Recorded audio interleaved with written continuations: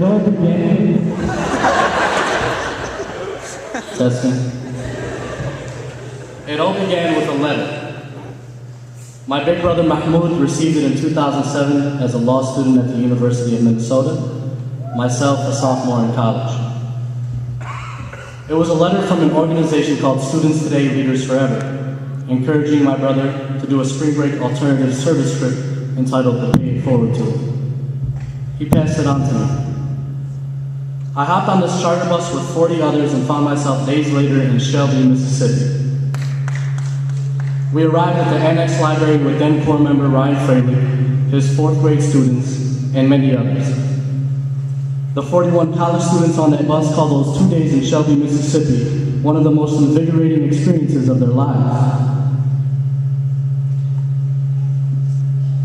Ryan was a friend of STLF, and so afterward he hopped on the bus and finished the trip with us. We ended up sharing a bench, and he told me about Teach for America. In April of 2009, there came another letter. This one placed me on a wait list to Teach for America. With other job options on the table at the time, the letter forced me into deep introspection. I revisited my application essay to ask myself why I truly wanted to Teach for America. As I waited to hear about my TFA acceptance or rejection, April dwindled away and anxiety set in. I was taking a serious risk. The other offers wanted answers. And then the letter arrived admitting me into the Corps, placing me in the Mississippi Delta.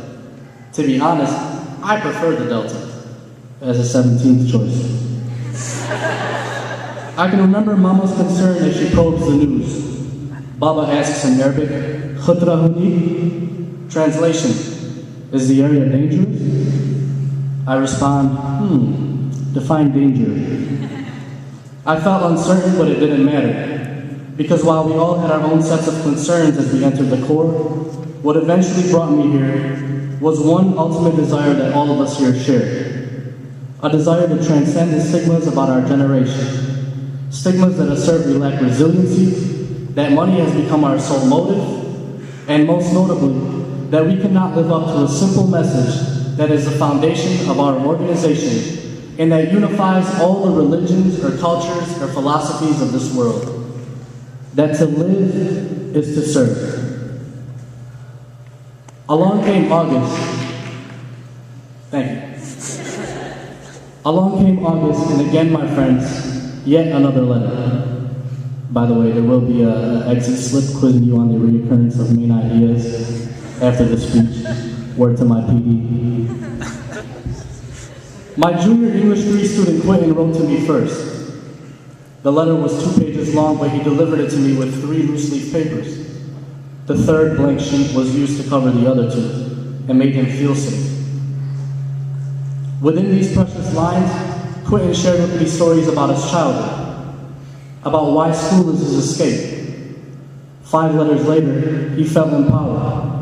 He opened up to me about being homosexual, about the struggle of being secretly gay in his family, in Clarksdale, in this society. "You're the first wrong person I could ever share this with, Mr. Ali," he wrote to me. "I thank you for that." The word spread about the letters. "Mr. Ali be writing back, for real though." And then they came by the dozens. My favorite one concluded, "P.S. Thank you for reading my words, Mr. Ali. It means a lot. Sincerely yours, Exquisite Beauty." I'll tell you one thing though, she spelled exquisite right.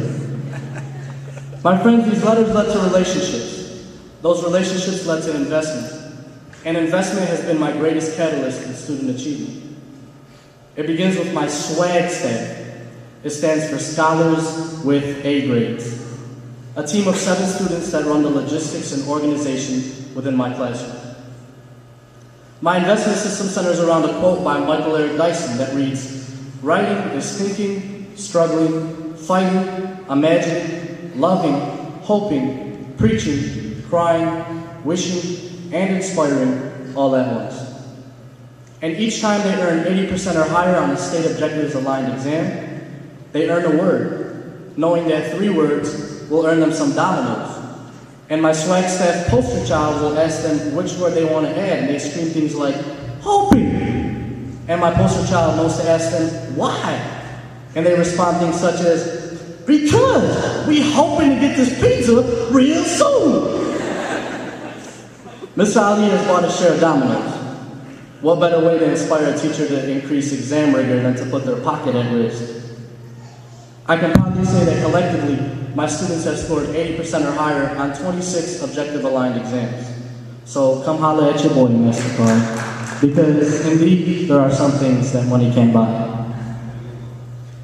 My fellow corps members, Teach for America Mississippi Delta staff, alumni, distinguished inaugural Mississippi Delta 2011 Summer Institute staff. For me, and in some ways for us all, it began with a letter.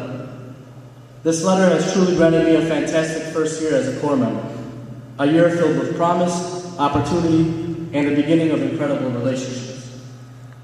To this day, my students, some who say they never thought they could write poetry, leave me unassigned poems to read in their journals, thirsty for a response. To this day, we write letters, back and forth, back and forth. In such a short amount of time, I have come to love my town. Clarksdale is home to me, and it will forever hold a piece of my heart. I would like to record our community friend who spoke at April Professional Saturday here at Delta State. If it takes a village to raise a child, then that village needs to wake up. Others have said, if you make a difference in one student's life as a teacher, you have done your job. On the first day of school, I told my kids that if this were the philosophy I lived by, I would be failing them. This is not why we're here. We are here for every student, every day, every community beyond ours, every issue, every injustice, every letter. My friends, if you're looking at me and thinking to yourself, well, clearly things went well for him. I had a different experience. I will not sugarcoat my first year. I spent that entire Sunday in my room, practicing nothing but inhale, exhale. I've ignored my PD's phone call. Sorry, Gary. I purposely refused to grease the wheels on my cart with WD-40 so that the squeaking would remind my principal to get me a classroom. I've had students hurt my feelings. Most of us have. But please remember that despite all of that, despite your struggles and seemingly unbearable days, these students need you. They need your diversity, your story, your intelligence, your example of what it means to be resilient. I challenge every one of you to take this summer and appreciate your growth, both as a person and as an educator. I challenge you to think about your failures as a loyal sidekick to our successes. They are a deserving part of our legacy, the evidence of our resilience. I challenge you to recover and polish the spirit that brought you here. And finally, I challenge you to ingrain into your mindset the importance of personal relationships with your students. Plan for these personal victories next year, for it is not one student we want to change, but it is one student at a time. We are a timely, critical part of history. Our successors will look back at this educational war with an utter disgust for its injustices. Examples of inequity that are comparable to the greatest injustices that this world has ever known. And consequently, they will look to you, my friends, as its most honorable combatants, its most noble veterans. Thank you for all that you do, for gracing me with this honor, and for teaching for America.